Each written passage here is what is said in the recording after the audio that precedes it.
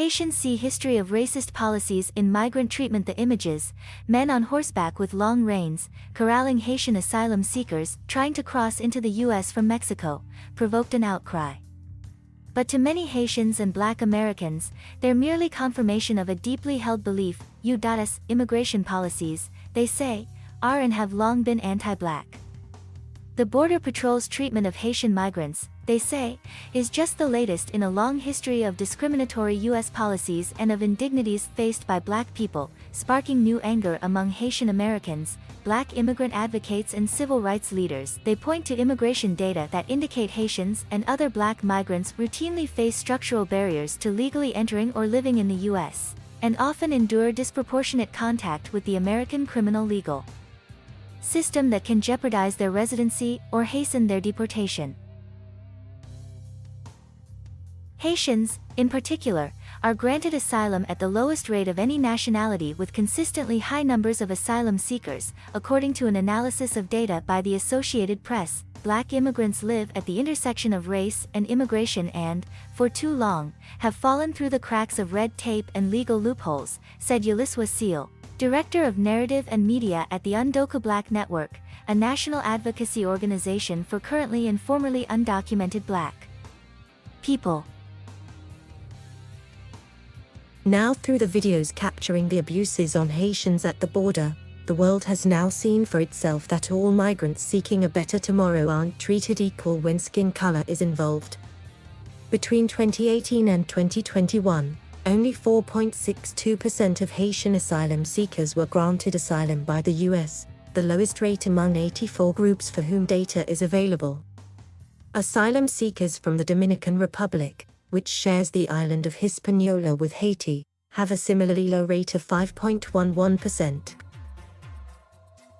By comparison, 4 of the 5 top U.S. asylum applicants are from Latin American countries: El Salvador, Guatemala, Mexico and Honduras. Their acceptance rates range from 6.21% to 14.12%. Nicole Phillips, legal director for the Haitian Bridge Alliance, said racism has long driven the American government's treatment of Haitian immigrants. Phillips, whose organization is on the ground helping Haitians in Texas, says this dates back to the early 1800s, when Haitian slaves revolted and gained independence from France, and has continued through decades of U.S. intervention and occupation in the small island nation. She said the U.S., threatened by the possibility of its own slaves revolting, both assisted the French and didn't recognize Haitian independence for nearly 6 decades. The U.S. also loaned money to Haiti so that it could, in essence, buy its independence, collecting interest payments while plunging the country into poverty for decades. This mentality and stigma against Haitians stems all the way back to that period, Phillips said. The U.S. violently occupied Haiti from 1915 to 1934 and backed former Haiti dictator François Duvalier, whose oppressive regime resulted in 30,000 deaths and drove thousands to flee. While the U.S. long treated Cubans with compassion, largely because of opposition to the communist regime, the administrations of George H.W. Bush and Bill Clinton took a hard line on Haitians. And the Trump administration ended temporary protected status for several nationalities, including Haitians and Central Americans. Over and over, the U.S. has passed immigration legislation that excluded Black immigrants and Haitians, and promoted policies that unfairly jeopardized their legal status in the country, advocates said. When they manage to enter the U.S., Black immigrants say they contend with systemic racism in the American criminal legal system and brutality of U.S. policing that has been endemic for people from across the African diaspora. Nana Jayamfi, BAJI's executive director, said crimes of moral turpitude, including petty theft or turnstile jumping, have been used as partial justification for denying Black immigrants legal status.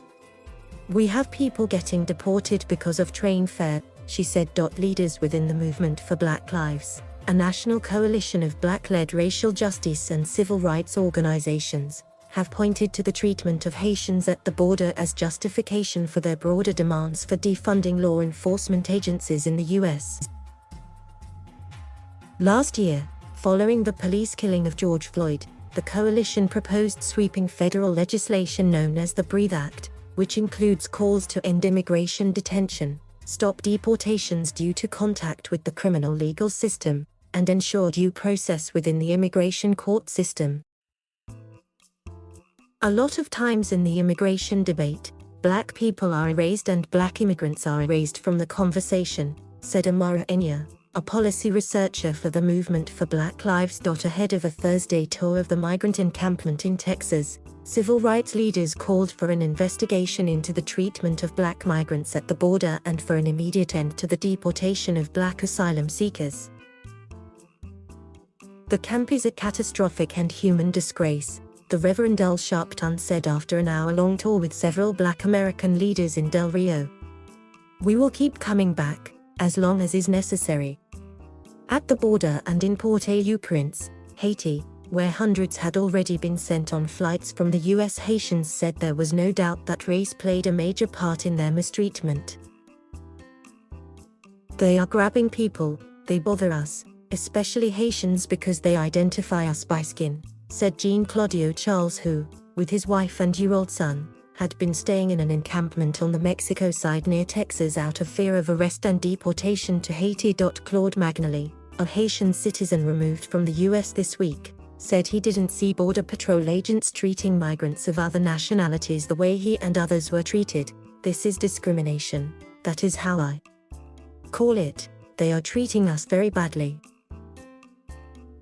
And in Miami, immigrant rights advocate Francesca Menz couldn't believe her eyes as she watched images of the asylum seekers being corralled by men on horseback. "My family is under that bridge," Menz said, referring to a cousin, his wife and their newborn who recently met up in a small border town in Texas.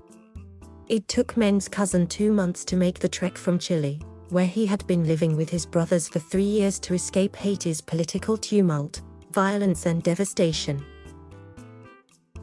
"It made me sick," Menz said. "This didn't happen with unaccompanied minors. You didn't see people riding on horseback, basically herding people like they were cattle, like they were animals." Thank you for watching. Please subscribe